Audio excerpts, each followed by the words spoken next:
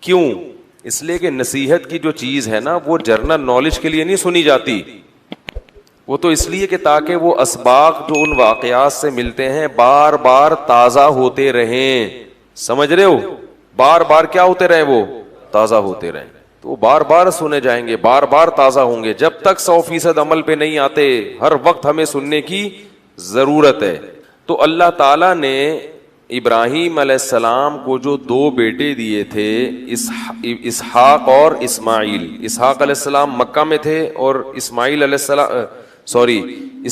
السلام مکہ میں آباد ہوئے، اور اسحاق علیہ السلام فلسطین میں، بیت المقدس پھر بعد میں آباد ہوا، شام میں، ارض شام. تو آگے پھر اسحاق علیہ السلام کی اولاد میں پیغمبر پیدا ہوئے ہیں، اسماعیل علیہ السلام، کیا ہو گیا مجھے یار، یعقوب علیہ السلام جن کا نام تھا اسرائیل لقب. پھر ان کے بیٹے تھے یوسف علیہ السلام جو مصر میں تھے. واقعہ بتائیں، مصر چلے گئے تھے، بادشاہ بن گئے تھے. پھر آگے مصر میں ہوتے ہوتے ہوتے ہوتے بنی اسرائیل پر فرعون غالب آ گیا. مصر کے بادشاہ کو فرعون کہا جاتا تھا، جو بھی ہوتا تھا بادشاہ، اس لیے بہت سارے فرعون گزرے ہیں. لیکن قرآن نے جس کا واقعہ بیان کیا یہ وہ فرعون تھا جو بنی اسرائیل کو جس نے غلام بنا لیا تھا اور بہت طاقتور بادشاہ تھا. یہ چونکہ یہ واقعہ جب تک پیغمبروں کا پورا سلسلہ معلوم نہیں ہوگا نا تو بات سمجھ میں نہیں آئے گی. تو بنی اسرائیل کو پھر فرعون سے نجات ملی. صحیح ہے.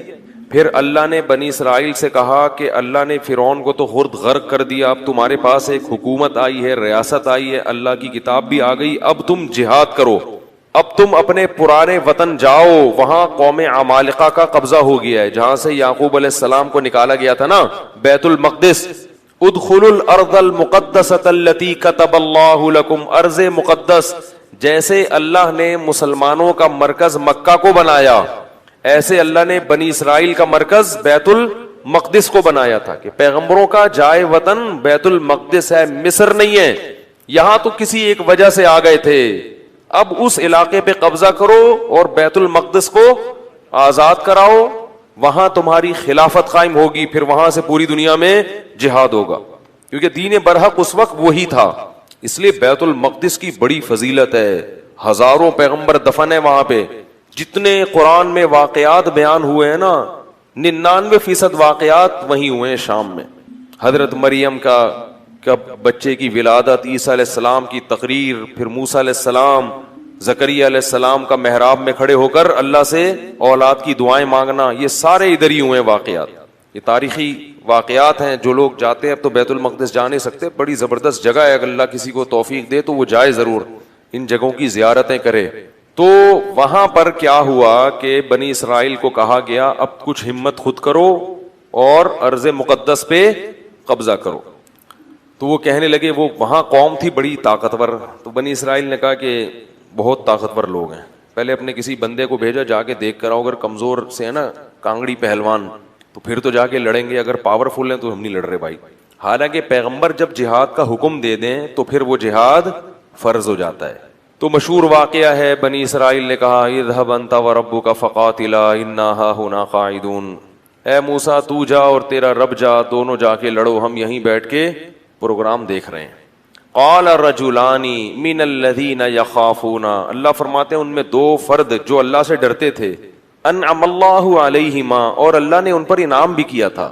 وہ کہنے لگے کہ چلے جاؤ، فَإِذَا دَخَلْتُمُوهُ فَإِنَّكُمْ غَالِبُونَ، جب موسیٰ کلیم اللہ کہہ رہے ہیں تو اللہ یقیناً مدد کرے گا، جاؤ ہمت کرو، اللہ غلبہ دے گا.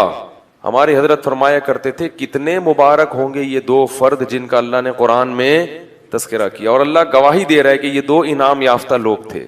کہہ رہے ہیں کہ بھائی پیغمبر کی مانو، اپنی عقل مت چلاؤ. وہ لیکن کہنے لگے نہیں بھائی ہمارے لیے بڑا مسئلہ ہے یار.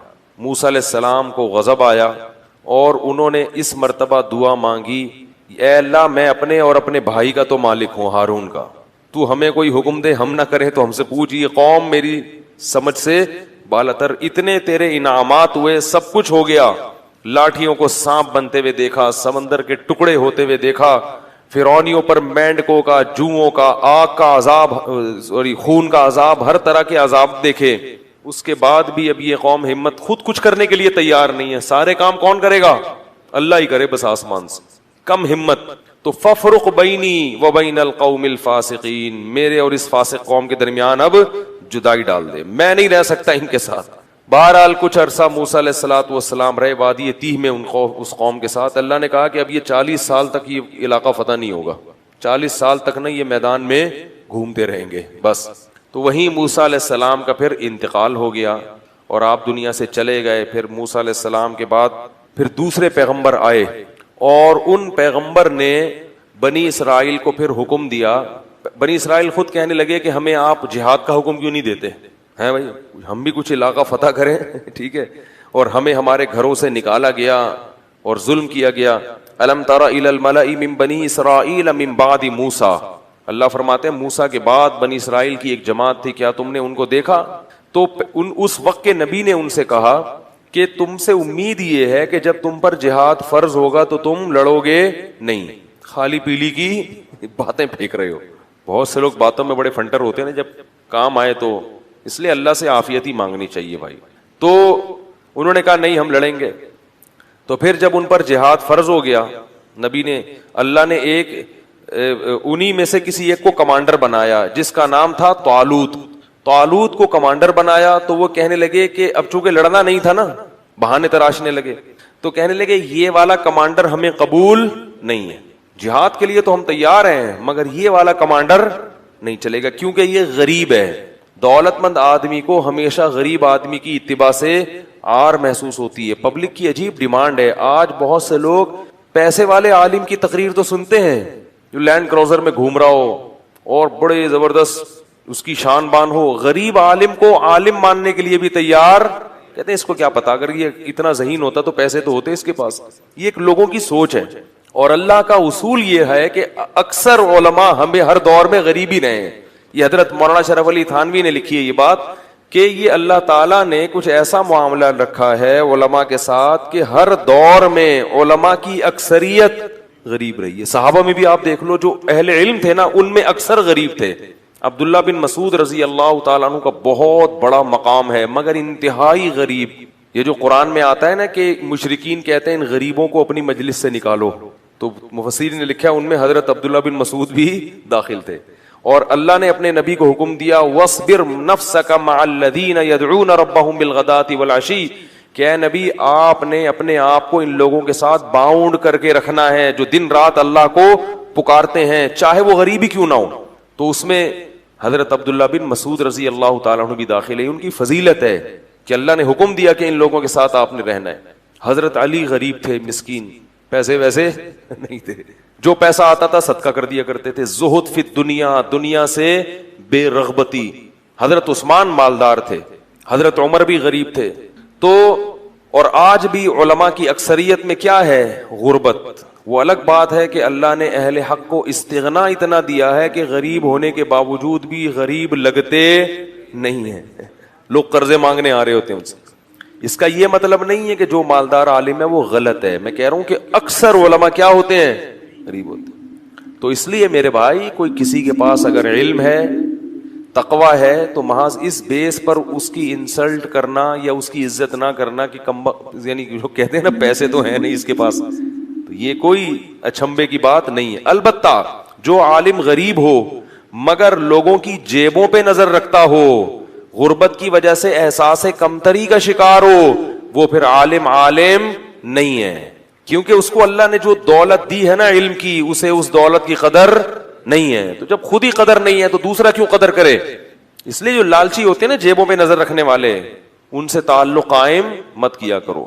تو ان کو کیونکہ خود احساس نہیں ہے کہ اللہ نے کتنی بڑی دولت دی ہے۔ تو میں یہ عرض کر رہا تھا، کیا بات کر رہا تھا میں؟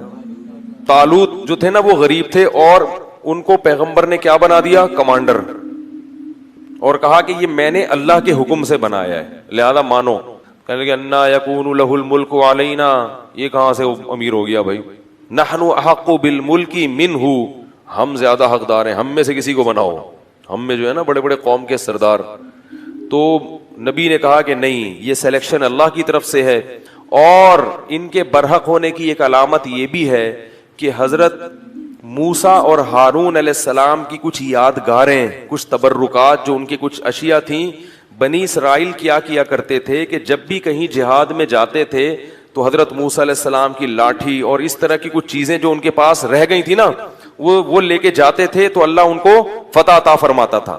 اس کی برکت تھی, کیونکہ وہ ظاہر ہے متبرک لاٹھی تھی نا حضرت موسیٰ علیہ السلام, اور اس سے سانپ تو نہیں بنتا تھا, لیکن ہارون علیہ السلام اور موسیٰ علیہ السلام کی اس طرح کی چیزوں کو تبرک کے طور پر وہ استعمال کرتے تھے اور اللہ کی مدد شامل حال ہو جاتی تھی. تو یہ والا وسیلہ شرک نہیں ہے. ہر وسیلے کو علی الاطلاق شرک کہنا یہ غلط ہے. بعض لوگ توحید کا بھی غلط مفہوم بیان کرتے ہیں. دیکھو لوگوں کا مزاج ہوتا ہے نا توحید پہ سننا پسند کرتے ہیں بہت سے لوگ, تو کیا کرتے ہیں لوگ ہر چیز کو شرک شرک شرک شرک کہہ کے یہ ثابت کرتے ہیں کہ ہم بہت بڑے موحد ہیں. لوگ کہتے ہیں یہ ہوتی ہے توحید, حالانکہ وہ توحید نہیں ہوتی, وہ کرامتوں کا انکار ہو رہا ہوتا ہے. سمجھ رہے ہو؟ تو ہر چیز کو اعتدال ضروری ہے. جتنا شریعت نے جس چیز کو بتایا ہے آپ اس کو اتنا ہی رکھیں, اس میں زیادہ فنٹر گیری کی کوشش مت کریں. توحید میں بھی غلو درست نہیں ہے, ایک چیز توحید میں شامل نہیں ہے آپ اس کو خام خامیں. تو وہ جو تبرکات تھے انبیاء کے, اس کا فائدہ کیا ہوتا تھا کہ ان کی وجہ سے اللہ کی مدد نازل ہوتی تھی. تو یہ تبرک جائز ہے. تو اہل اللہ سے اس قسم کا تبرک بھی جائز ہے. جیسے حضرت عباس رضی اللہ تعالیٰ عنہ کے وسیلے سے صحابہ دعا مانگتے تھے کہ اللہ ان کی وجہ سے تو کیا کر دے بارش. اب یہ شرک نہیں ہے, اس لیے کہ حضرت عباس سے تھوڑی کہہ رہے کہ آپ برسا دیں بارش کس سے برسوا رہے ہیں؟ اللہ سے. لیکن کہہ رہے کہ اللہ ہمارے درمیان نبی کے چچا موجود ہیں, ان کی لاج رکھ لے. تو اللہ تو خیال کرتا ہے نا بندوں کا. بھائی کیا ہو گیا؟ یہ والا وسیلہ بالکل جائز ہے. ہاں یہ وسیلہ کہ عبداللہ حضرت عباس بارش برسائیں گے یہ شرک ہو جائے گا, ان کے اختیار میں بارش برسانا نہیں ہے. تو کسی نیک آدمی کو اپنے درمیان رکھنا تاکہ اس کی وجہ سے اللہ کی ہم پہ برکتیں ہوں, اس کو بھی وسیلے سے تعبیر کیا جاتا ہے. یہ بالکل جائز ہے اور قرآن و سنت سے ثابت ہے. سمجھ میں نہیں آ رہی میرا خیال ہے بات. لیکن دینے والی ذات صرف اللہ کی ہے, اور اللہ ان کی وجہ سے مجبور نہیں ہو جاتا. اللہ پہ جبر کوئی نہیں کر سکتا کہ ایک بزرگ کو لے گئے تو اب اللہ بارش برسائے گئے, مجبور نہیں ہے. ہاں اللہ کی رحمت کو اپنی طرف مائل کرنے کے لیے اللہ یہ اتنا نیک آدمی ہمارے درمیان موجود ہے. اس سے بھی پتہ چلتا ہے کہ جیسے نیک لوگوں کے ہونے سے برکتیں نازل ہوتی ہیں, برے لوگوں کے ہونے سے نحوستوں کا بھی اسی طرح امکان ہوتا ہے. سمجھ میں نہیں آ رہی بات؟ تو اس لیے اس کا بھی خیال کیا کرو کہ جیسے بے نمازی ہوتے ہیں گھروں کے اندر, اس میں گھر میں بے برکتی ہوتی ہے, تو اس کو نمازی بنانے, گھر سے تو نہیں نکالو, اس کو نمازی بنانے کی کوشش کرو. گھر میں ایک روزے دار ہے, روزہ خور ہے, جیسے روزے داروں کی وجہ سے گھر میں برکت ہوگی تو روزہ خوروں کی وجہ سے گھر میں نحوست بھی ہوگی. تو ان کو مت کھانے دو, بولو تمہاری وجہ سے ہماری برکت بھی اٹھے گی. تو نیکیوں سے برکتیں آتی ہیں اور برائیوں سے نحوستیں آتی ہیں. نیک لوگوں سے برکتیں آتی ہیں اور برے لوگوں سے نحوستیں آتی ہیں.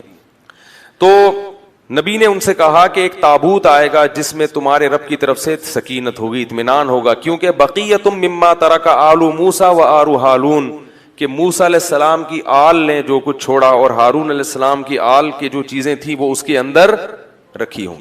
اسی سے یہ پتہ چلتا ہے کہ جو نالین شریف کا ایک نقشہ ہے, اگر وہ کسی کے پاس ہو تو اس کی وجہ سے اللہ کی برکت ہو سکتی ہے, لیکن یہ ضروری ہے کہ یہ اوتھینٹک ہو, کوئی سند ہو کہ یہ وہی نال ہے جو رسول اللہ صلی اللہ علیہ وسلم کا تھا, جبکہ ہمارے پاس اس کی کوئی حقیقی سند موجود نہیں ہے. اور دوسری بات یہ کہ ان چیزوں میں غلو کرنا درست نہیں ہے, کہ آپ ان چیزوں میں اتنا غلو کریں کہ اعمال کی طرف سے آپ میں کوتاہی ہونا شروع ہو جائے اور نالین ہی کو سب کچھ سمجھنا شروع کر دیں. سب سے پہلے عمل ہے, باقی چیزیں اس کے بعد ہیں. عمل آپ کو 100% شریعت کے مطابق لانا ہے, شرک سے بھی بچنا ہے, بدعات سے بھی بچنا ہے, پورا متبع سنت بننا ہے. اس کے بعد یہ چیزیں ایک غریبی کے طور پہ, کہ بھئی غریبی کے طور پہ کہ بھئی اللہ یہ بھی ہے یہ بھی ہے, جیسے کسی کو حافظ بنا دیتا ہے انسان کے قیامت میں سفارش کرے گا, تو یہ غریبیاں ہیں. اب آپ نے حافظ بنا دی اپنے بچے کو کہ سفارش کرے گا, لیکن نماز ایک نہیں پڑھ رہے آپ. جو چیز اللہ نے کہا ہے کہ وہ لازمی کرو وہ کر نہیں رہے, جو لازمی نہیں ہے اس پہ زور دے رہے ہیں. تو اللہ نے یہ تو نہیں کہا کہ نالین شریفین رکھو, یہ تو ایک محبت کا ایک اصول ہے. اگر کسی کو محبت ہے تو وہ نبی صلی اللہ علیہ وسلم کے نالین سے یقیناً محبت کرے گا, ہر چیز سے محبت کرے گا, لیکن پہلے کیا ہے عمل, یہ چیزیں اس کے بعد. اسی طرح منہ مبارک, کوئی مستند روایت ہمارے پاس موجود نہیں ہے کہ رسول اللہ صلی اللہ علیہ وسلم کا منہ مبارک کسی کے پاس ہے. کوئی بھی اٹھتا ہے اور منہ مبارک کے نام پہ لوگوں کو بیوقوف بنانا شروع کر دیتا ہے اور لوگوں کا رش لگ جاتا ہے. اللہ کے بندو جیسے نبی کی طرف بلا دلیل کوئی بات منسوب کرنا کبیرہ گناہ ہے، اتنا بڑا گناہ نبی نے فرمایا صحیح حدیث میں ہے، من کذب علی متعمدا فلیتبوأ مقعدہ من النار، جو مجھ پر جھوٹ باندھے اپنا ٹھکانہ جہنم میں بنا لے۔ ایسے ہی کسی چیز کی نبی کی طرف نسبت کر دینا جبکہ آپ کے پاس اس کی کوئی مستند دلیل موجود نہ ہو، یہ بھی نبی پر بہتان ہے اور اس کا ٹھکانہ بھی جہنم کی آگ ہے۔ کوئی بھی منہ مبارک لے کے گھوم رہا ہے، اس سے پوچھو کیا دلیل ہے کہ یہ نبی کا بال ہے، سند پیش کرو اس کی۔ بغیر سند کے نبی کا قول معتبر نہیں ہے، تو بغیر سند کے نبی کے ہاتھ، نبی کے بال یا کوئی بھی چیز کوئی منسوب کر دے یہ نبی کی ہے تو کہاں سے معتبر ہو گئی بھائی؟ وہ کوئی بھی اٹھتا ہے اور منہ مبارک کو لے کے لوگوں کو زیارتیں کرانا شروع کر دیتا ہے۔ تو اس لیے ان چیزوں میں نبی کے منہ مبارک کسی کے پاس ہوں تو یقیناً قابل احترام ہے اور باعث برکت ہیں، لیکن ہوں ایسے ہی کسی بھی کی طرف منسوب کر دینا یہ اللہ کے غضب اور قہر کو دعوت دینے والی بات ہے۔ جب مسلمانوں کی خلافتیں تھیں تو حکومتیں ان چیزوں کو کنٹرول کرتی تھیں، اب حکومتوں نے ان چیزوں کو کنٹرول کرنا چھوڑ دیا، کوئی بھی اٹھتا ہے کہیں سے منہ مبارک لے کے لوگوں کو بیوقوف بنانا شروع کر دیتا ہے۔ تو یہ بہت خطرناک معاملہ ہے۔ محمد صلی اللہ علیہ وسلم کے بال مبارک، اس میں اگر آپ غلطی کر رہے ہیں، کسی اور کا بال نبی کے کھاتے میں ڈال رہے ہیں، بہت بڑا جرم ہے، قیامت کے دن جہنم کی آگ کے لیے پھر تیار رہنا چاہیے۔ تو کیا مسئلہ بیان کر رہا تھا میں؟ طالوت کا۔ تو بنی اسرائیل کو طالوت نے پھر انہوں نے جو ہے نا وہ تابوت آیا جس میں وہ تھی، تو فرشتے اس کو لے کر آئے تو ان کو اطمینان ہو گیا کہ اب اللہ کی مدد یقیناً ہوگی، تو میدان جنگ میں اس کو لے کے جاؤ ساتھ۔ قرآن میں آتا ہے کہ جب حضرت طالوت علیہ السلام لشکر لے کے نکلے ہیں تو انہوں نے اپنی قوم سے کہا کہ دیکھو لڑائی کیونکہ بہت سخت ہے، دشمن بہت طاقتور ہے اور ہم ہیں کمزور، تو اللہ تمہیں پہلے آزمائے گا، یعنی اللہ کی مدد کے لیے جنگ میں فتح نہیں ہو سکتی، تو اسباب میں تو ہم کمزور ہیں، اللہ تمہیں امتحان کرے گا کہ تم میں تقوی ہے یا نہیں ہے۔ اس امتحان میں کامیاب ہو گئے تو جو کامیاب ہوں گے ان کو تو فتح ملے گی، اور جو اس امتحان میں کامیاب نہیں ہوئے وہ کیا کھائیں گے؟ شکست کھا کے بھاگ جائیں گے، وہ لڑنے کی طاقت نہیں رہے گی۔ اور وہ امتحان یہ ہے کہ تمہیں پیاس لگے گی مگر نہر میں سے کسی نے پانی بولو بھائی نہیں پینا، پیاس لگے گی، یہ پیاس بعد میں ختم ہو جائے گی، مگر اس وقت اللہ نے امتحان لیا ہے کہ ایک آدھ چلو پینے کی اجازت ہے، پیٹ بھر کے پانی پینے کی اجازت نہیں ہے۔ اس میں کامیاب ہو گئے تو لڑنے کی طاقت بھی اللہ دے دے گا تمہیں۔ قرآن کہتا ہے جب وہ نہر پار کی ہے نا فشربوا منہ الا قلیلا منہم، تھوڑے سے لوگ تھے جنہوں نے پانی نہیں پیا، پوری قوم نے پی لیا۔ اتنی اللہ نے نشانیاں دکھائیں، سب کچھ کیا، مگر پھر بھی کیا کر رہے ہیں؟ پیٹ بھر بھر کے کہہ رہے ہیں دیکھا جائے گا یار، دیکھا جائے گا یار۔ اس کا نقصان کیا ہوا؟ اس گناہ کی نحوست کیا ہوئی کہ جب سامنے طاقتور لشکر دیکھا اور اس کا کمانڈر تھا جالوت، جو بڑا پہلوان، جالوت تھا جیم کے ساتھ، بہت طاقتور، بہت پہلوان، اس کو دیکھا اڑے بھائی اس کا قد دیکھو، اس کی باڈی دیکھو، ہے بھائی لگ رہا ہے کسی جم سے آ رہی ہے، اور یہ لوگ دیکھو اتنا بڑا لشکر۔ تو جنہوں نے پانی پیا تھا نا وہ کہنے لگے لا طاقت لنا اليوم بجالوت وجنودی، آج ہمارے پاس طاقت نہیں ہے جالوت اور اس کے لشکر سے لڑنے کی، یہ نہیں ہو سکتا بھائی۔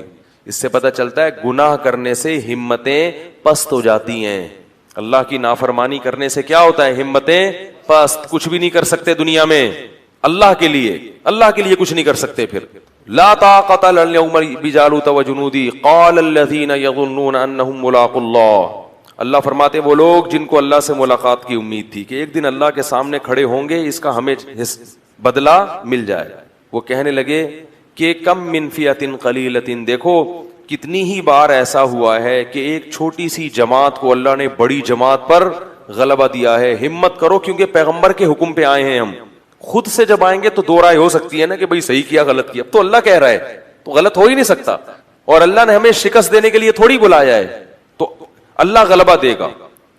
تو اب جب لڑائی شروع ہوئی ہے تو اتنی زبردست انہوں نے دشمن نے حملہ کیا کہ قرآن کہتا ہے کہ یہ جو تھوڑے سے لوگ میدان جنگ میں ڈٹے نا، ان کو اندازہ ہو گیا کہ ہمارے قدم یہاں ٹھہر نہیں سکتے، ہم نہیں ٹھہر سکتے، تو اب اللہ سے دعا مانگ رہے ہیں ربنا افرغ علینا صبرا وثبت اقدامنا وانصرنا علی القوم الکافرین۔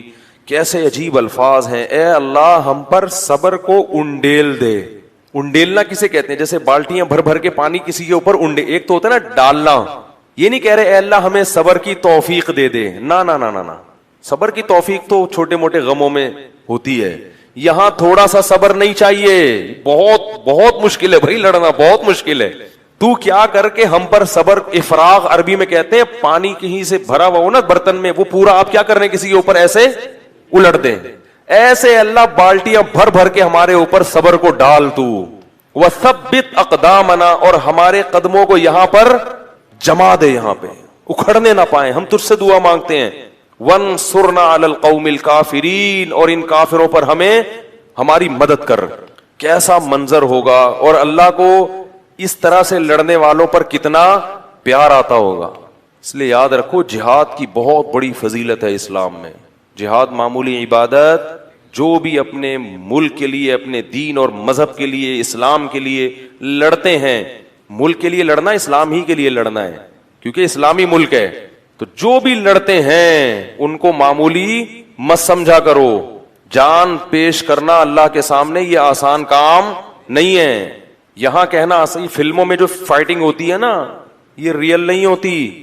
اسی ہیرو کو کبھی ریئل لڑائی میں لے جا کے کھڑا کر دو, فوراً بھاگے گا پتلی گلی سے, سمجھ رہے ہو.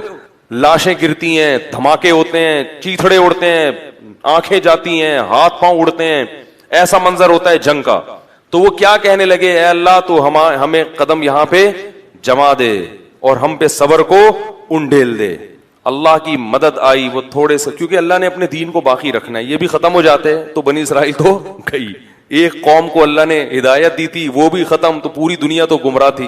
تو اللہ کام ایمان والوں ہی سے لیتے ہیں. بنی اسرائیل تھے بڑے نالائق, مگر تھے تو ایمان والے تو وہی تھے نا. تو بھائی جیسے مرضی ہیں, اللہ کیا کر رہے ہیں کہ بھائی اب ایمان والے تو یہی ہیں نا, اب کافروں سے تھوڑی لوں گا کام. تو جیسے مرضی نالائق ہیں, انہی میں سے نیک لوگ پیدا کروں گا. اس سے کیا ثابت ہوتا ہے کہ اس امت, یہ امت بھی جیسی مرضی بگڑ جائے, یہ پوری امت غلط نہیں ہو سکتی. اور اس کے مولوی جیسے مرضی خراب ہو جائیں, انہی مولویوں میں سے اللہ اچھے مولوی بھی پیدا کرے گا, کیونکہ نئے مولوی مارکیٹ میں کہیں سے اور سے, عیسائیوں سے, یہودیوں سے آپ کو نئے مولوی نہیں ملیں گے. جو کچھ ہے یہی امت ہے. یہ جو لوگ کہتے ہیں نا نیا نئے فرقے بنا کے سب غلط ہم صحیح, وہ غلط ہوتے ہیں. پوری امت غلط نہیں ہو سکتی. تو اللہ نے کیا کیا, اللہ فرماتے ہیں فَهَزَمُوهُمْ بِإِذْنِ اللَّهِ, اللہ کے حکم سے ان تھوڑے سے لوگوں نے ان طاقتور لوگوں کو شکست دے دی. جب شکست دی ہے تو انہی بنی اسرائیل میں ایک شخص تھے جن کا نام تھا داؤد, جو کمانڈر نہیں تھے اور نہ نبی تھے. ایک امتی کی حیثیت سے وہ میدان جنگ میں لڑ رہے تھے. وہ بھی ان تھوڑے سے لوگوں میں تھے. نہ صرف یہ کہ ان تھوڑے سے لوگوں میں, بلکہ ان تھوڑوں میں بھی جو انتہائی درجے کی بہادری دکھانے والے تھے ان میں سے تھے. انہوں نے ہدف بنایا تھا جالوت کو, جو سب سے زیادہ طاقتور. یہ بڑی بات ہوتی ہے نا. دیکھو اس زمانے کے دیندار لوگ کیسے ہوتے تھے یار. آج چھپکلی سے ڈرتے ہیں دیندار آدمی. آج دیندار آدمی کو چلانے کے لیے یہاں سے وہاں تک بولو نا, انڈا موڑ چلے جاؤ تو اس کا سانس پھولتا ہے. کہتے ہیں ایکچولی میں اتنا نیک آدمی ہوں کہ میں تیز چل نہیں سکتا. داؤد علیہ السلام تو بڑے پیغمبر تھے اس وقت, نہیں پہلے تو عام امتیوں کی طرح تھے. تو قرآن کہتا ہے داؤد علیہ السلام نے داؤد نے کس کو ہدف بنایا, جالوت کو. اتنی سخت لڑائی ہے اور میں کس کو ہدف بناتا ہوں, جالوت کو, ان کو قتل کروں گا. وقتل داؤد جالوت, اور داؤد علیہ السلام جالوت کو قتل کرنے میں کامیاب ہو گئے. لہذا فتح میں, جیسے کھلاڑیوں میں کھیل جب ہوتا ہے نا تو ایک مین آف دی میچ ہوتا ہے کہ بھئی یہ ہے جس نے جتوایا ہے میچ. تو وہ جنگ جتوانے میں سب سے بڑا کردار کس کا تھا, داؤد کا. اللہ فرماتے ہیں آتاہ اللہ الحکمہ, اللہ نے آپ کو نبوت عطا کر دی. کیا عطا کر دی, نبوت. اور اس کے بعد سے کمانڈ کس کے پاس آ گئی, کیونکہ لڑنے کے لیے, کمانڈ کے لیے صرف نیک ہونا کافی نہیں ہے, جنگ کا تجربہ ہونا, بہادری ہونا, یہ بھی بہت زیادہ ضروری ہے. لوگ کیا کہتے ہیں کہ کمانڈر بناؤ صرف نیک آدمی, نیک ہونا کافی نہیں ہے. ہمیشہ ایسے کو کام اس کے ذمہ سونپا جاتا ہے جو اس کام کا اہل بھی ہوتا ہے. تو اللہ تعالیٰ فرماتے ہیں ان کو کمانڈر بنا دیا گیا, اور اللہ نے ان کو کیا عطا کر دی, حکومت اور نبوت. نبی بھی بن گئے اور کمانڈر بھی بن گئے. اب بیت المقدس پہ قبضہ ہو گیا, اور داؤد علیہ السلام کی بنی اسرائیل کے ذریعے فلسطین میں کیا قائم ہو گئی, خلافت, بنی اسرائیل کی خلافت.